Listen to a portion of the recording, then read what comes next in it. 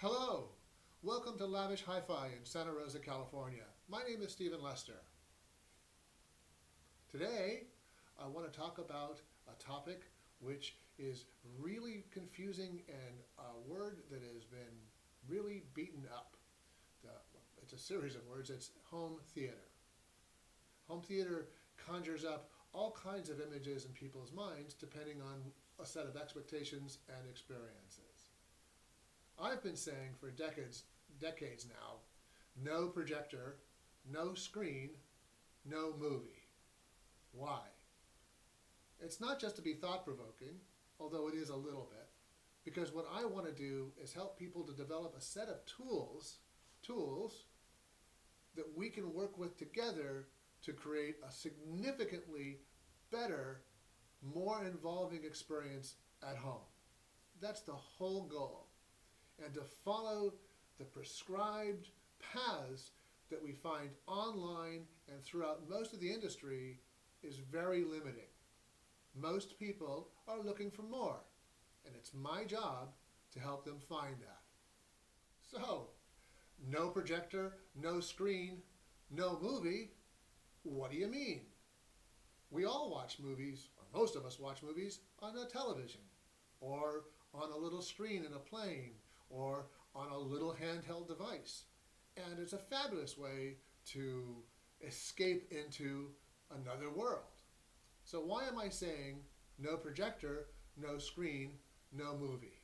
Well, I will try to walk through that process along with you and give you some tools and actually a couple of homework assignments to help explain what I mean.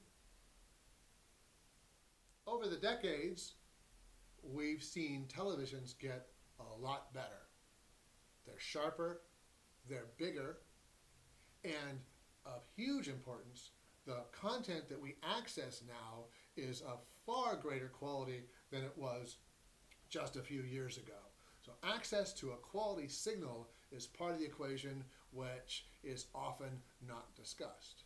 Of course, we've taken our televisions and in many cases added better sound, then surround sound.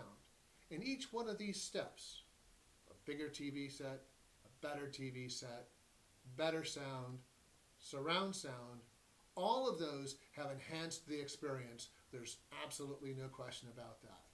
But what they've done is they've enhanced that experience, but they haven't changed the experience.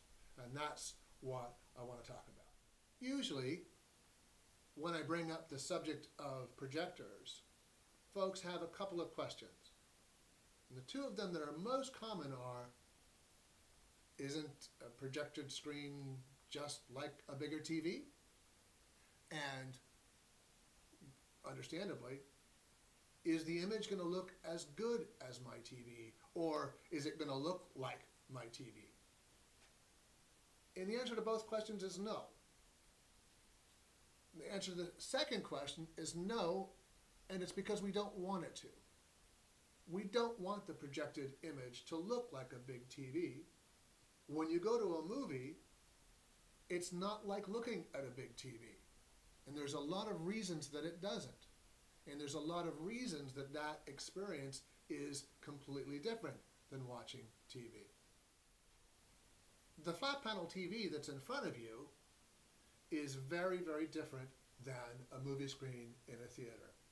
For one, it is designed to be extremely bright so that it can be viewed in all lighting conditions in your home, day and night.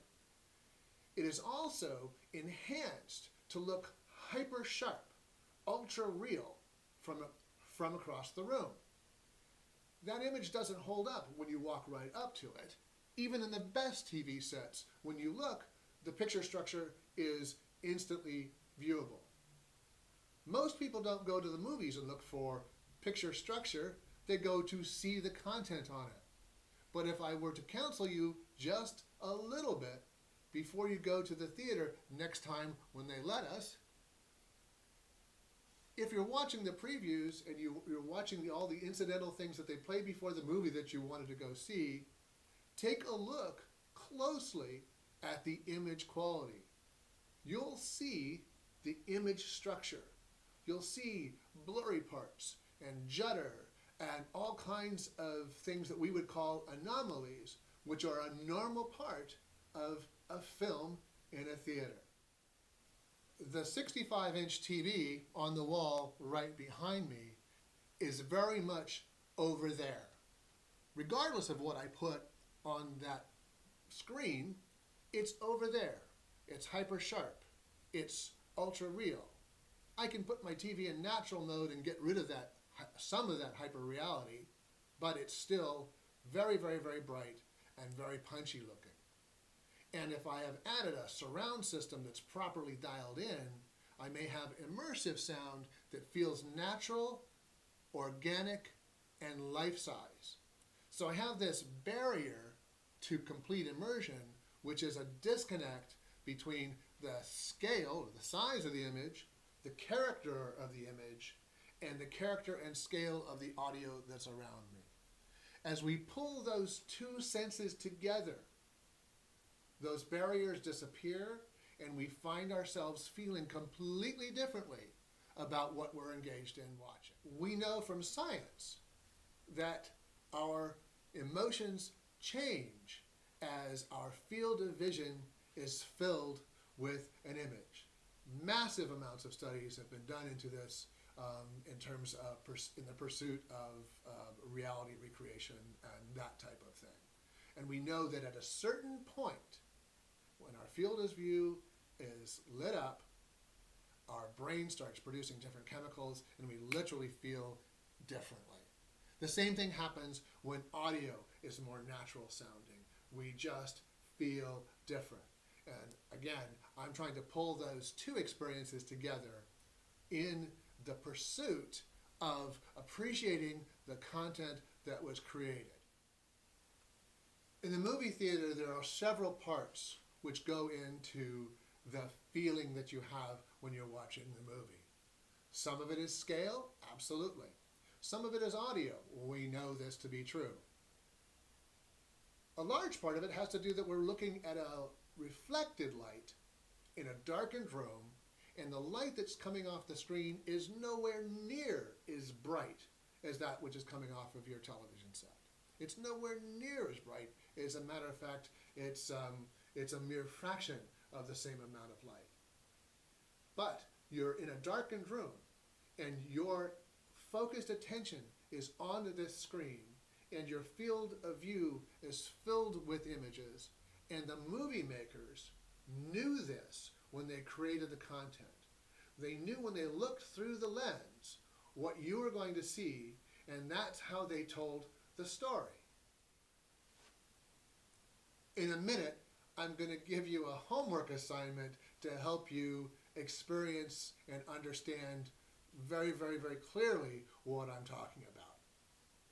We'll also talk about image quality and expectation. If you're expecting the movie screen at the theater to look like a TV, and you were there shopping for that image, you would feel very differently than if you go there, paid your money because you wanted to see the movie. Your brain, your expectations, your entire agenda for the experience is different. So it's very different than going into a store and looking at projectors and TVs and so on and so forth. A lot of what I'm talking about has to do with the content creators. And in the history of film, there have been a lot of changes. Old movie houses were very much the cathedrals of their time.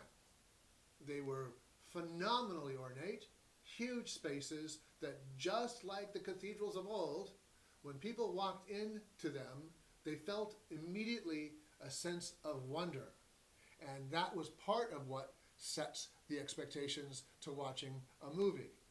So unlike being in your living room, where you have all the distractions of day-to-day life, 5 screens, the kitchen, so on and so forth, when you're in a movie theater, by having it in subdued light and with few visual distractions in front of you other than perhaps a gorgeous ceiling, you're ready to have this experience. It's very, very difficult to use that as a direct comparison to television, because in many cases the television, even a big one, is competing for your attention. It doesn't already have your attention. And content creators in the last couple of decades, because so many people are watching their movies on televisions in their houses, have hired cinematographers and have crafted their art so that the experience worked on a relatively small screen.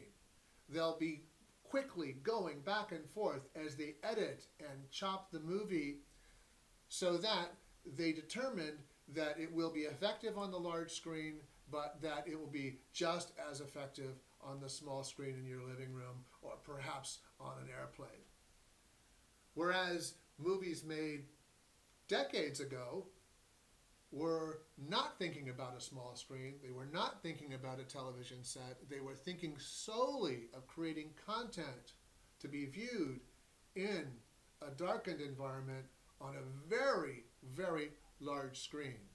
And the cinematography, the writing, the editing, the music, the pace of the movie was dependent on the viewer being in that environment.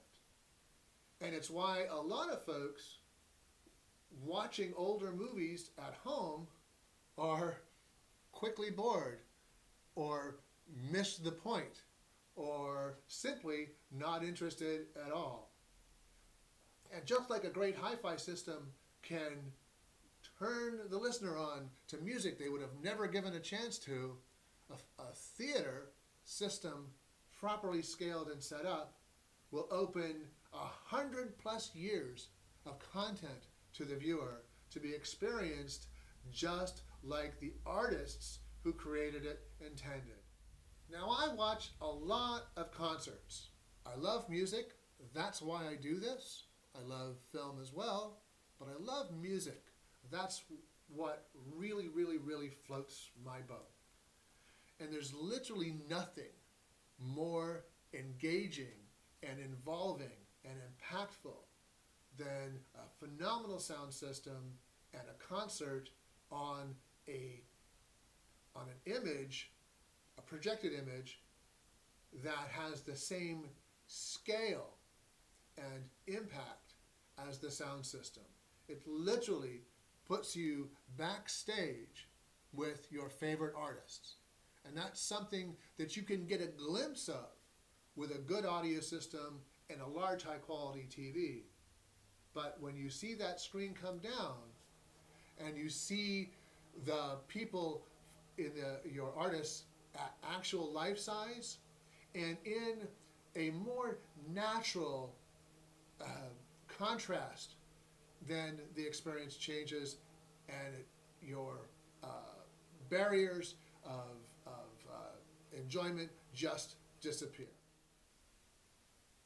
Hopefully, this is all well and good, but it is just words, and it is just me talking to you through Facebook. How do we contextualize this with an experience? Well, we really can't, not without you visiting and having a one-on-one conversation, demonstration, and we'll go through technologies and so on, supporting stuff that puts all of this together. Because that's another project, is the actual hardware that you need, the specifications, and all of that kind of stuff. Resolution, contrast, and all that stuff. So, before you come, here's your homework assignment. I want you to find, through whatever subscription service you use, or through movie rental, or what have you, a copy of the 1983 Carol Ballard film, Never Cry Wolf. It has to be that movie. Get as good a copy as you can. Then, in an evening, when you have your home theater system set up, I want you to watch the entire opening sequence of the movie, all the way up until after the plane takes off and he's alone on the ice that night. I haven't given anything away, no spoilers, and so on and so forth. That's as far as you have to go.